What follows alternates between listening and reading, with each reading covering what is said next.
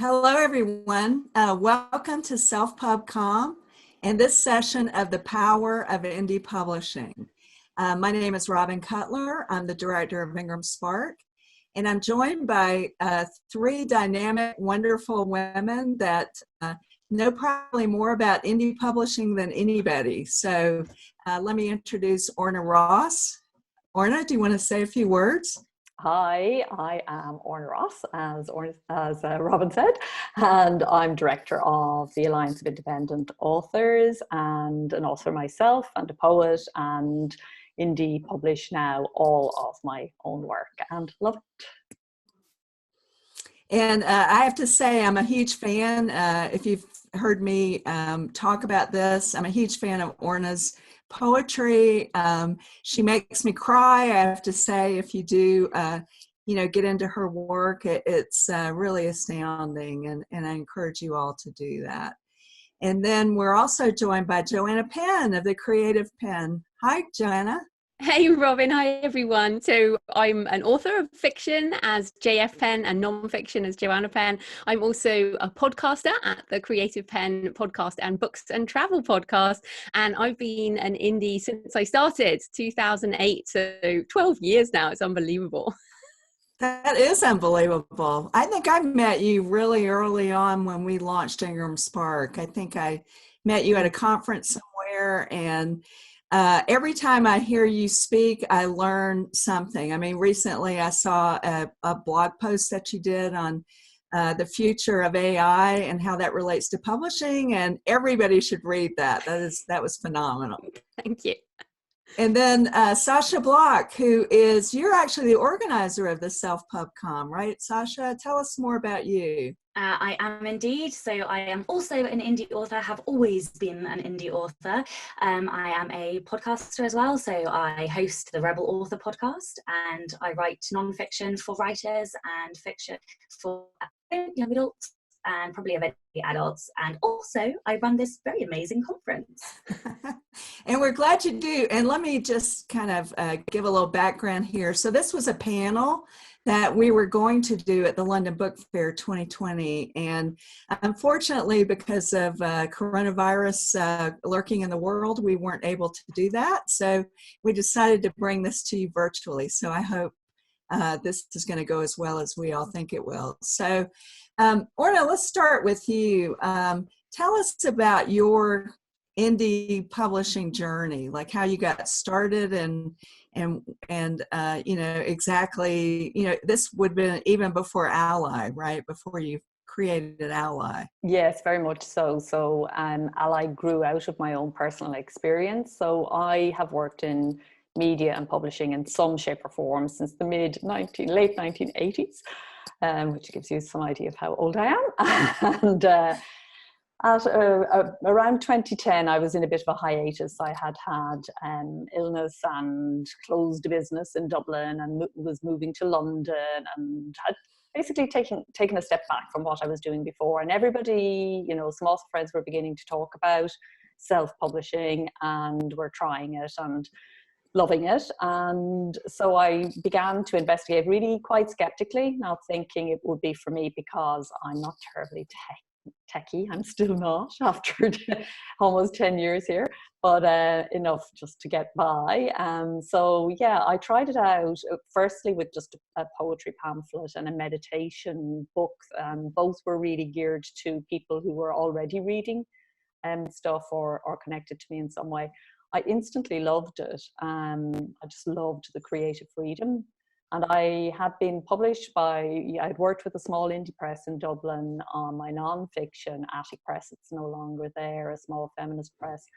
And I had worked with Penguin for my fiction. And my experience with the larger corporate publisher hadn't been all that positive from a creative perspective. Commercially, it had been great, but creatively, I was very frustrated by the lack of input into the actual putting together of the book and the positioning of the book in the marketplace. So when I published my little poetry pamphlet and my meditation guide, and they actually started to sell on Amazon, I nearly died with shock, first of all. And then I began to think about getting my rights back from my publisher. But I also began to think about how self-publishing changed. It wasn't just another route to market. It actually changed everything for authors.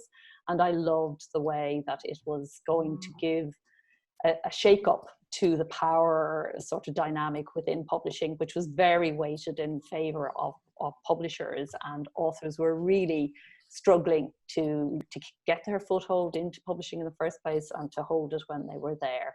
And so I thought, well as I publish my own work, do I really want to take on an alliance of authors, global, digital, all over the world? And then you probably still ask yourself that question. No, I'm glad I did, and it was Yes. it was the right thing for me, and I love that too. I just love that connection, and I love also solidarity and collaboration. I just think that is changing it. That's what's changing everything for everyone. So yeah, delighted to be here. And Joanna, I think you told me through a couple of emails that you've always been indie published. You've never been traditionally published. Is that right? Yeah, in English language. So I wrote my first book back in 2006 to 2008 and in Australia. And when I finished that book, I looked at the publishing world. I didn't know anything about publishing. I thought, oh, now I've written a book, maybe I should find a publisher like you do. And I've been running my own businesses since the year 2000. So I was already a businesswoman. And when I looked at the publishing world, I was like, what, it's going to take me 2 years for my book to come out? And maybe they don't even want me. And I'm not someone who asks for permission. So I was like, why do I have to go and ask people if I can do something? There must be another way we can do this. And then that's how I started to get into the world of self-publishing and learned from a lot of Americans. I mean, the Americans at the time were just, doing this stuff. And the international Kindle wasn't even available at that point. That was, I think, even before Amazon bought CreateSpace, like back in 2007-ish, that stuff wasn't even really going. And so I printed 2,000 books. I self-published back in those days. And that was, tried traditional media, tried all that, just didn't do well. And instead of giving up, I went, I know I can do better than this. I will learn how to do it online. And so that was 2008. I started my blog. I started podcasting 2009. Wow. And really, before it was called podcast. Yeah, before it was called podcasting. And I decided I'm going to have this global digital perspective to publishing, instead of kind of Australian print publishing market, which seems so tiny. So that was a decision way back. And since then, things have just got better and better. As you say, Ingram Spark means that you don't have to print 2,000 books anymore. You can do print on demand. We can reach people. I've sold books now in 148 countries, which is kind of crazy and more than most traditionally published authors. So I still, I've always been indie for my English language. I've certainly done publishing deals for other formats and other languages, and still absolutely happy to license given a good contract. But I'm still a businesswoman, and I left my job in 2011 and, kind of haven't looked back. So I just love this. Yeah. Well, and you're so good at it. And what I love about you, Joanna, is how you share your actual experience. I mean, to the degree of even sharing what you're earning. And that is really unique. And I really applaud, your transparency with that. I think that has done a world of good for all of us in the indie publishing world. So, oh, well, thank you. I think, and it's funny because I don't come from the traditional publishing side. A lot of people say this. Orna said this to me before as well. This kind of just share, but that's the world we're in, and it's weird because I think that was the online space I started in, the sort of blogging, podcasting world in those early days. It was all about generosity. It was all about sharing, and if you share enough, people will come to you, and hopefully they'll throw in a couple of coins and along the way. And so it's a business model based on sharing, and certainly all of us now do that. All four of us are sharing our knowledge as much as possible with as many people as possible. So yeah, it's a good way to be. So Sasha, tell us about your journey. I know you have a couple of series that you've authored. Tell us about how you got started in the indie world. So I am one of these people who probably should have started writing an awful lot longer before I did, but I wasn't particularly self-aware. I, was one of these kids who was always in libraries and binge read everything. I had to change libraries. I read so much, but it wasn't really until I'd finished university that I even came back to that love. And, I was told to get a proper job. So that's what I did. I went and got a corporate job and hated it, hated the control that somebody else had over me, and hated, the authority. And then I started listening to podcasts and, all thanks to people like Joanna and Brian Cohen and Mark and lots of people in the industry who were giving out lots and lots of education.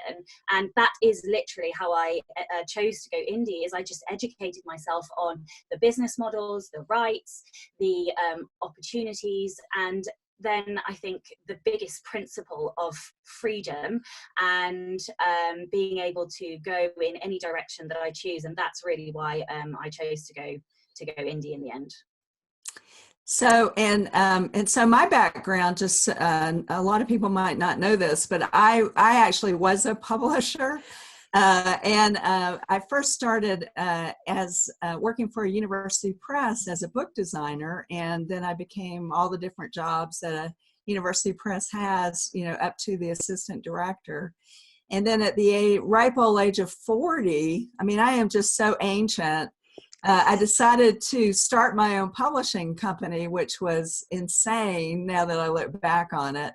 And now that I look back on it, I would never have done that. Like I would have done, if I were going to be a publisher today, which I probably still won't do because I've already done it, I would be doing it definitely using all the indie resources and, working, probably having more of a hybrid model with helping, authors self-publish their own work is probably what I would be more about today.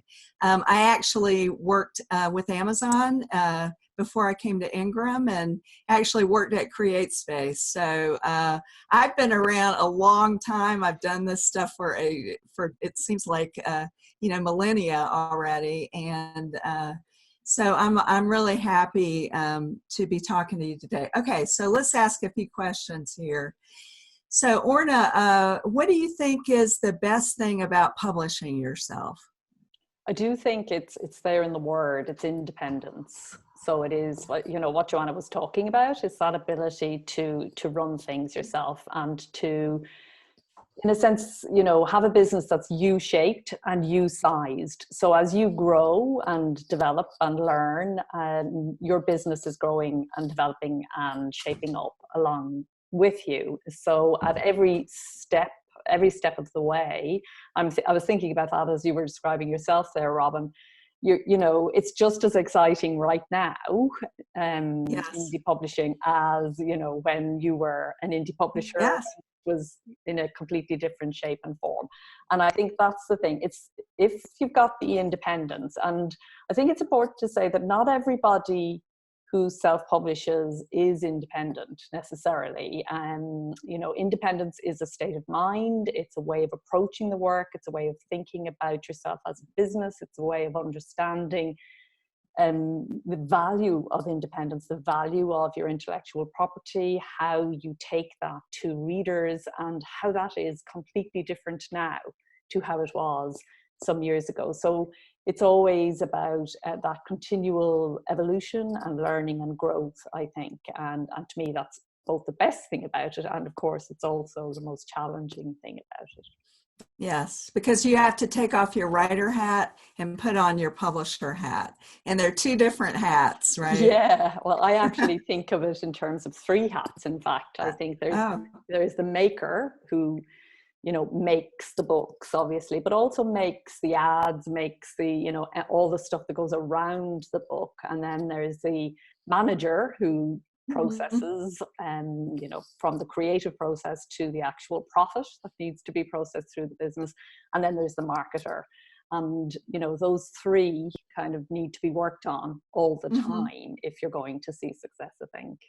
Yeah, I agree with that. So, Joanna, for you, I know you teach about this all the time, the best things about indie, but if you can put it in a nutshell, Well, I that. think it comes back to what I said about permission. Like, I can write whatever books I want to write, and I do. And I have a lot of traditionally published friends who say, their book isn't available in America, for example, or, and they don't have the right anymore to put that book out, say, in America. And I'm like, well, why would you do that? Why would you sign that contract? So for me, it really is the freedom, the creative freedom, as Orna mentioned, and the ability to make the decisions you want to make with your own intellectual property. And all of us are very passionate about this idea of IP, but it's something that most authors are not very educated about. So that's part of our mission, is educating authors about the value of the rights that they hold, and not to license them just willy-nilly, but to really think about it. So for me, it's sort of being empowered as well, understanding that I am empowered as a creator and a businesswoman to create, but also to make money. And let's be clear, I like making money, and I think that is something that goes hand in hand. To be successful in my world as an indie author, I do like to make some income, but then some of my books don't make much at all. So what I like is being able to write more and more books, so that if one doesn't work, then another one might. You just have to see what happens. Yeah, and you're unusual, I guess, in this, where you co-author some of your books, right? So what is that experience like for you? Oh, it's super challenging. I've co-authored with a medical doctor for The Healthy Writer. That was actually really interesting, and a book I never would have written on my own. I've also co-written with my mum, with some sweet romance. Again, would never have written those, but my mum wanted to do it, and I wanted to help her. And also co-written some horror.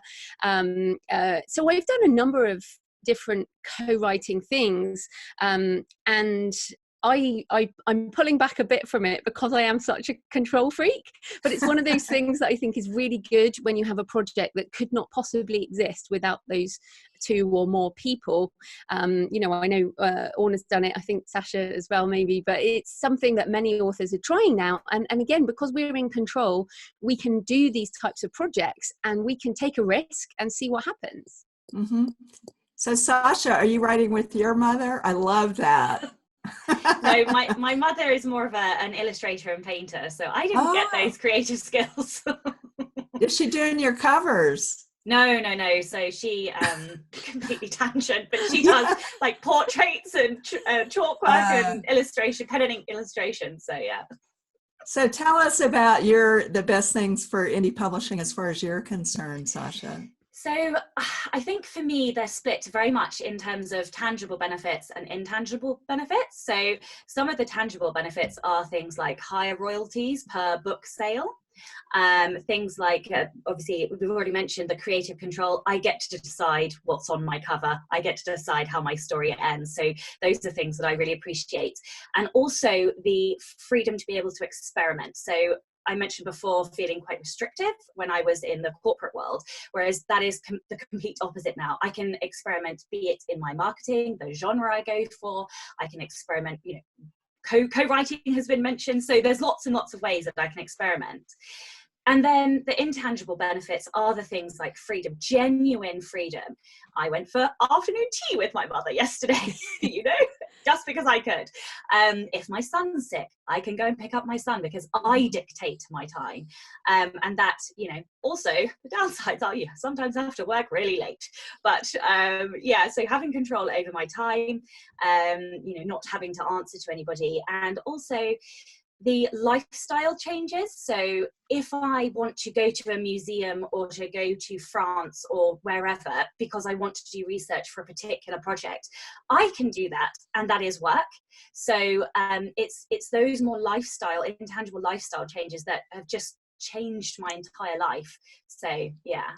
Well, that means you're successful, that you can afford that, right? So congratulations. That's fantastic. And I think we should mention it's her 1-year anniversary since leaving full-time work. Oh, incredible, wow. Incredible amount of progress in one short year. And it does show the power of indie publishing, just to see what Sasha has done. Yes, it does. Everybody should follow both, all of us, really, our leads right here. It's interesting because I do, and I know Orna and Joanna as well, go to a lot of conferences. I know, Joanna, you took kind of a year off in speaking, but I go to these conferences, these writing conferences and publishing conferences, and sometimes there's still like a traditional publishing sort of approach where they'll have agents there, editors there, all of the participants, are lined up to talk, into getting into this traditional publishing model. And I'm always kind of amazed that we're still dealing with that, right? Because indie seems so perfect, and I don't even understand why anybody would do anything else. But if a traditional publisher like came to you and offered you, a deal, like, would you even consider it, Orna?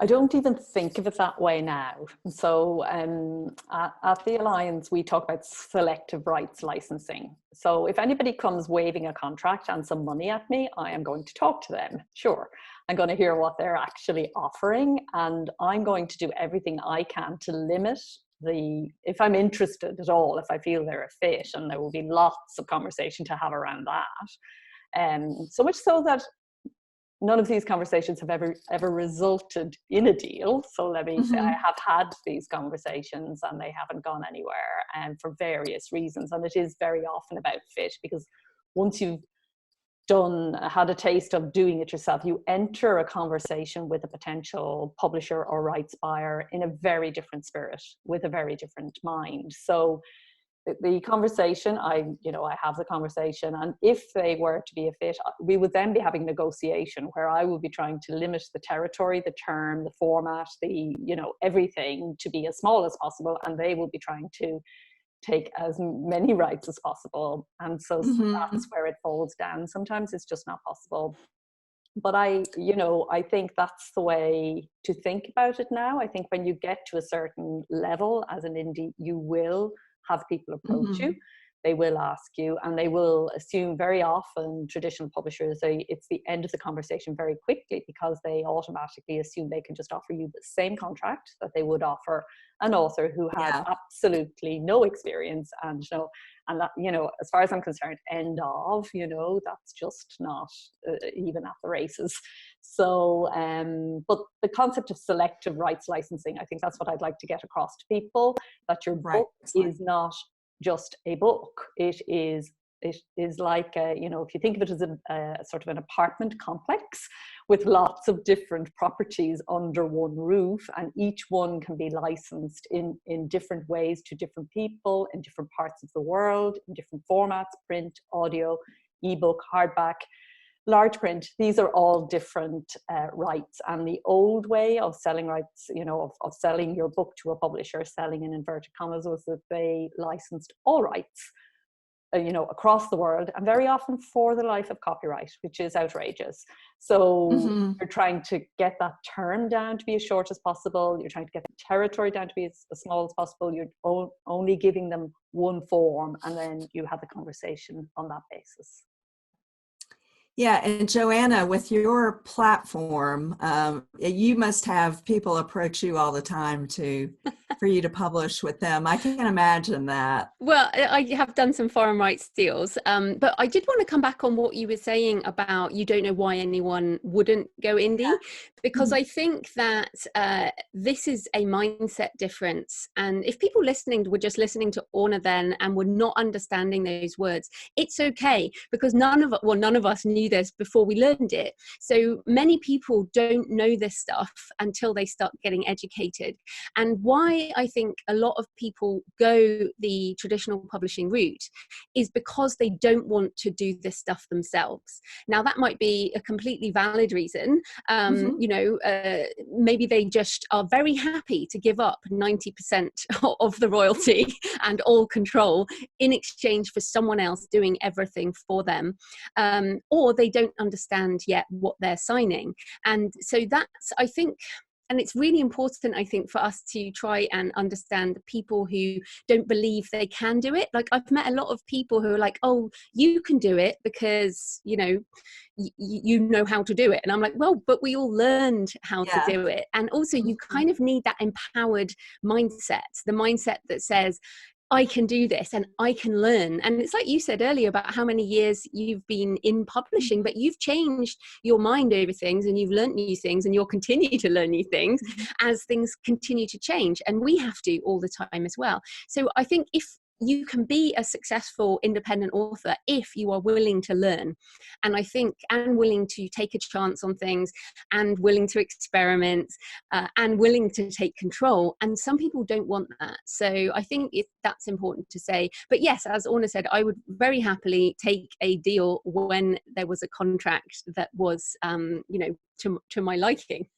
Yeah, that matched up. And the other point is that, you know, we don't really know, you know, how our industry is it's evolving as we're sitting here talking, right? For so sure. why would you lock yourself into something that's long term when you don't even know, you know, what's ahead of you and all the opportunities that are going to be available? Absolutely. So Sasha, is that the way you kind of feel about you know, if you could, have you traditionally published? I think I may have missed that. No, no, no, no. I and have you wouldn't consider it now, right? It's not really about considering it. I think it would be a per book or project basis. There may come a time where I write something that may have some benefits by, you know, me trying to pursue the traditional publishing route. Obviously, lots of us still want some kind of validation. That's always another reason for doing it. But to be honest, I prefer control and money. So for me, I'm happy being indie published now. I think there are occasions where sort of both Orna and Joanna mentioned, you know, selective licensing, be it translation or selling film rights or something. There comes a time where you have to decide, you know, what's my time worth? Because lots of indie authors can pursue foreign translations and don't need an agent to do it, and they, you know, they can do it themselves. But how much of my time do I want to expend doing that versus creating something new? I could give some of those rights away for foreign translations, and actually it's probably a better use of my time not to pursue that myself. So yeah, I'm not saying no to anything really, but you know, I have educated myself and I wouldn't give away all my rights. So yeah. And the thing we're seeing is that, for example, say print and print distribution into bookstores in particular, which is something that a lot of authors do want, and that isn't that easily, they can be done and is being done by some authors, but it's quite challenging, and it takes a lot of time and effort. As Sasha was talking about, time is always at a premium because we can do so many things. We've got to draw very strict lines around what we do actually do and what's best for us as writers, as creators, and as publishers. But you can do something like sell your North American print rights to somebody who actually has the ability to sell those into, you know, bookstores, Costco, things like that, while retaining print rights elsewhere. Or you might be selling, say, paperback rights, but retaining hardback and so on. So I think we are seeing indies now beginning to make those kinds of deals where they draw lines and draw distinctions between what they are selling, what they're not selling, and it's always a negotiation. So I think, in a way, thinking about it in I think this polarized kind of way of, you know, indie route versus trade publishing is kind of breaking down now, isn't it? And in the next 10 years, I don't think we'll even be thinking or talking about it in quite the same way. Yeah, it's going to be very fluid, I think, between the traditional and the indie. So, Orna, if and I know that you do actually have a magic wand, and if you could wave it and get anything you want for indie publishers and authors, what would that be? A great big bottle of confidence. Oh, So, that's good. Yeah, I think, you know, most of us are capable of far more than we're actually doing. And I think we are beginning to see, I think it's really important to recognize, you know, we've talked a bit about traditional publishing and the effect that it had, but I think the biggest effect it had was that whole idea that, you know, the supply chain was so narrow and so many people endured so much rejection. I was rejected 54 times before I got. Oh my goodness. Yeah.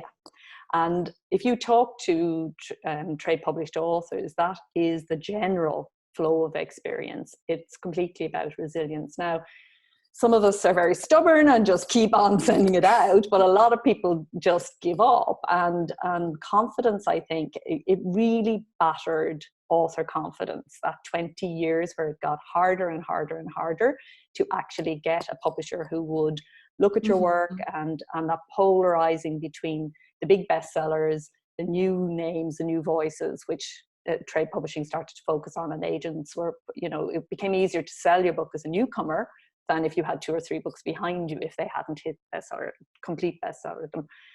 That, authors really suffered in that, and that publish me please sort of mentality took a toll on the whole community. And I see now, 10 years after we've been enabled with this new way, we're beginning to see author confidence rise again, but not as much as it needs to. And what Joanna was talking about, having that empowered position, you need to have confidence in your own ability and in your own work. So yeah, a big bottle of confidence for us. Confidence. So Joanna, what would you wave your magic wand and get? Well, okay. Well, first up, big thanks to Ingram Spark, who've allowed us to do pre-orders on print, and that's fantastic because we didn't have pre-orders. Like, people who come into indie now forget that at one point we couldn't have pre-orders for ebooks, and then we got that, and then Ingram have pre-orders for print.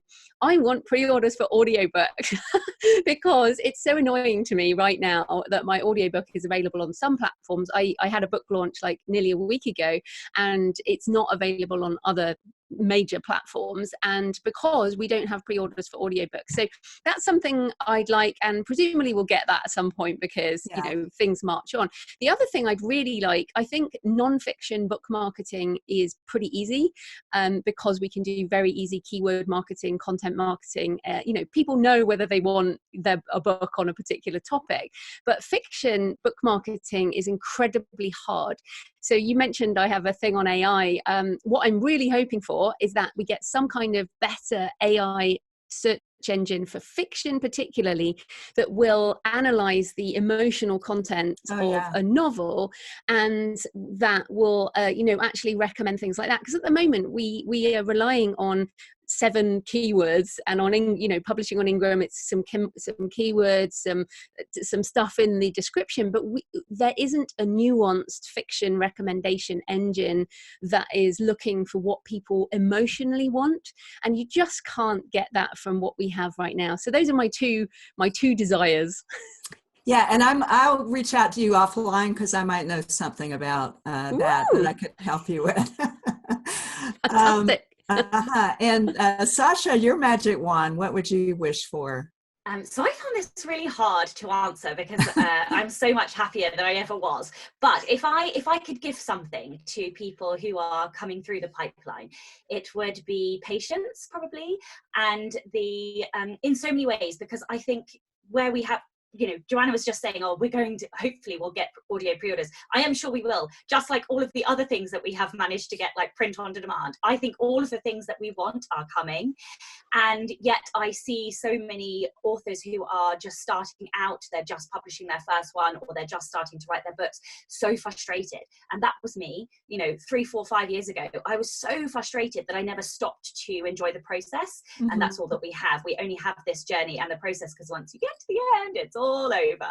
So yeah, I think patience with yourself, with the industry, all the good stuff is coming, and just stop and enjoy the process as you're in it. I think it's a bit philosophical, but Yeah, I think that I love that. That's really good. I tell authors that decide they want to try traditional first, and I recommend that. I mean, I was a publisher.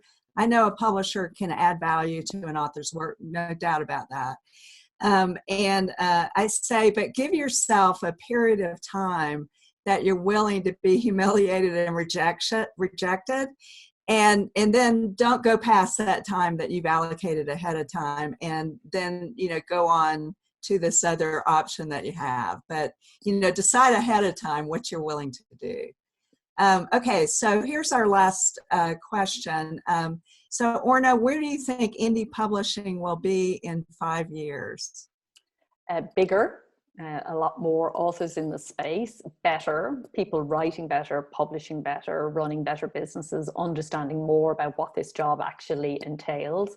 What I'm hoping to see is from the literary industries, the creative industry, in different countries, more support.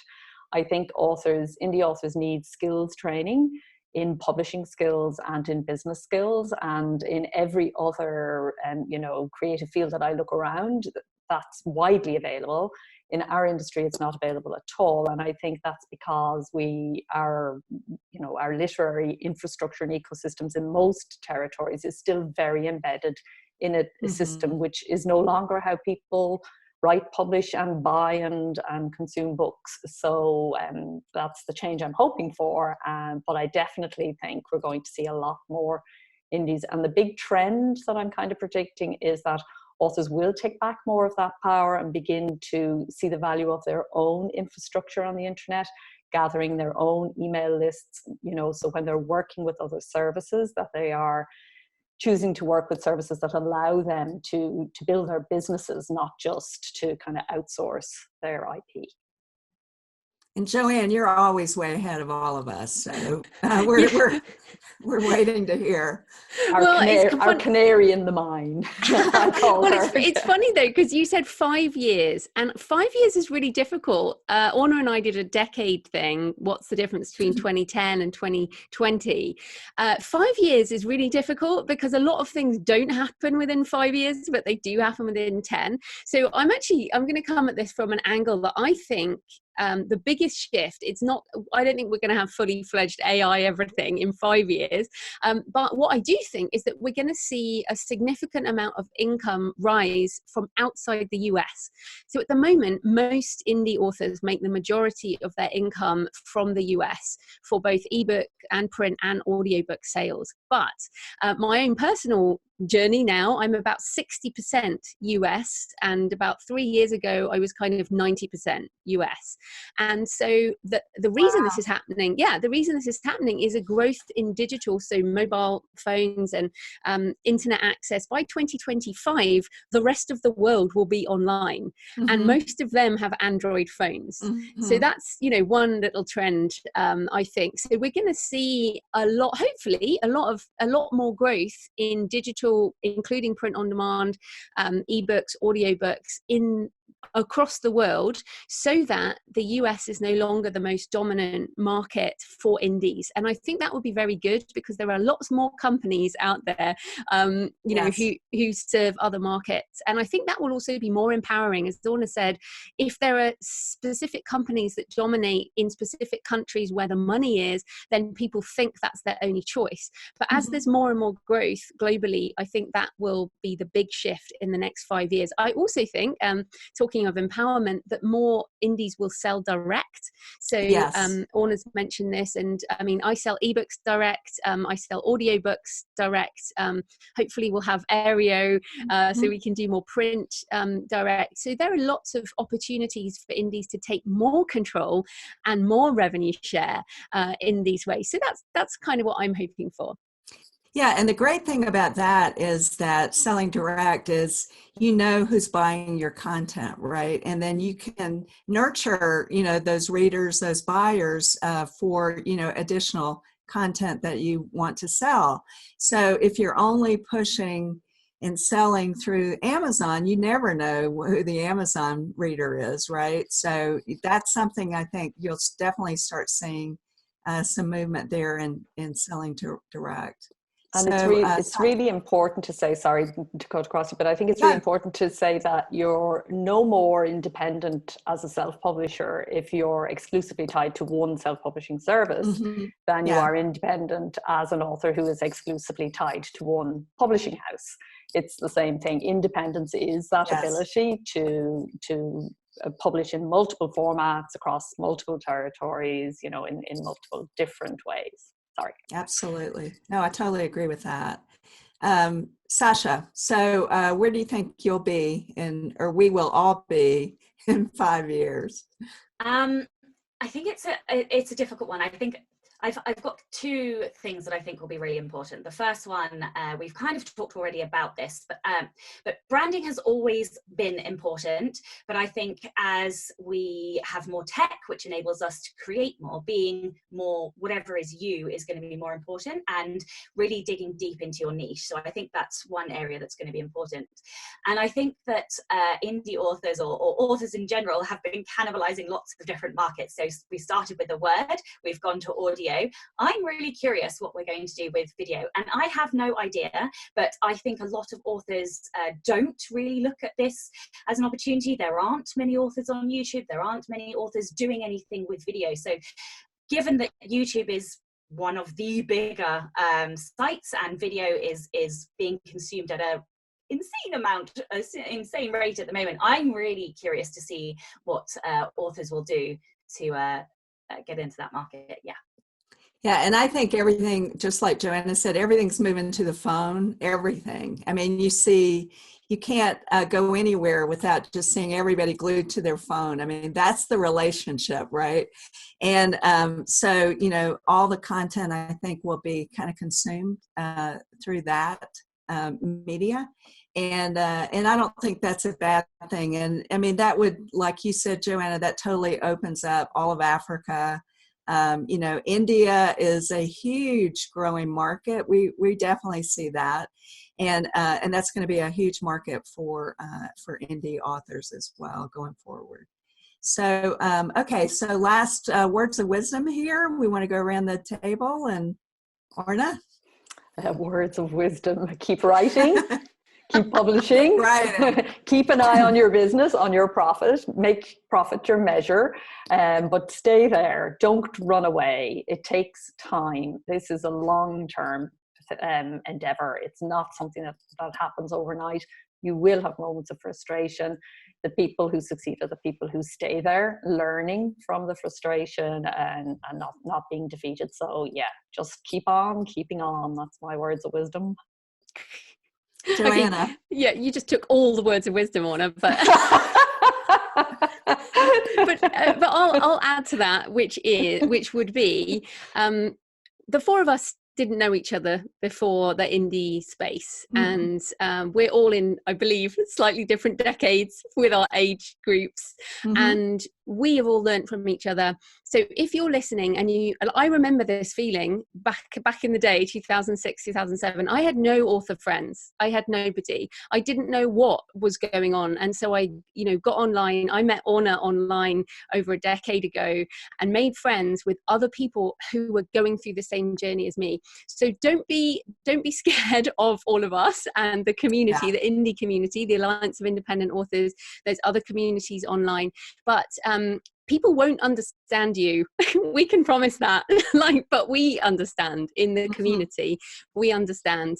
But I remember the frustration of just not having friends, not having family, or even my husband who understood what I was going through. But don't worry, we are all here, and you can learn everything, and you can find a community of other happy indies.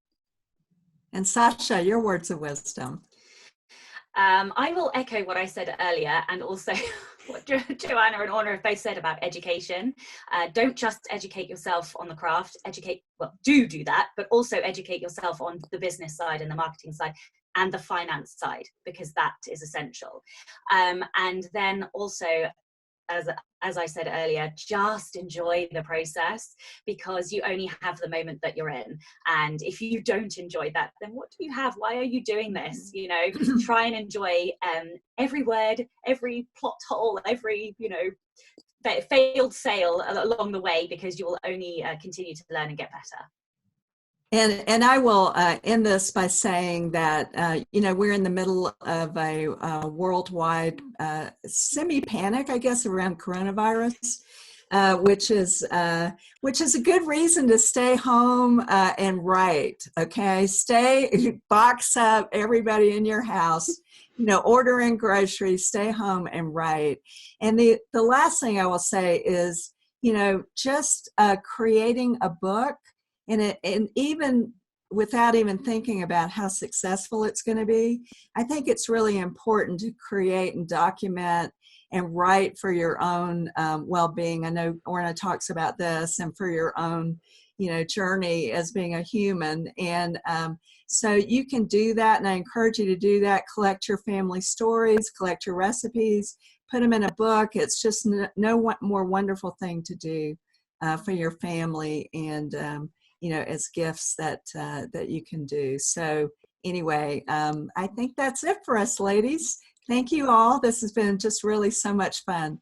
Bye. Thank you so Thank much, you. Robin. Thank And you. just before we go, thank you for Ingram Spark, because for those who may not know, Robin founded Ingram Spark, and really it has made such an incredible difference to us as indies, particularly on the print side. So yeah, thank you for today, but thank you for Ingram Spark. Thank you, Orna. I appreciate that.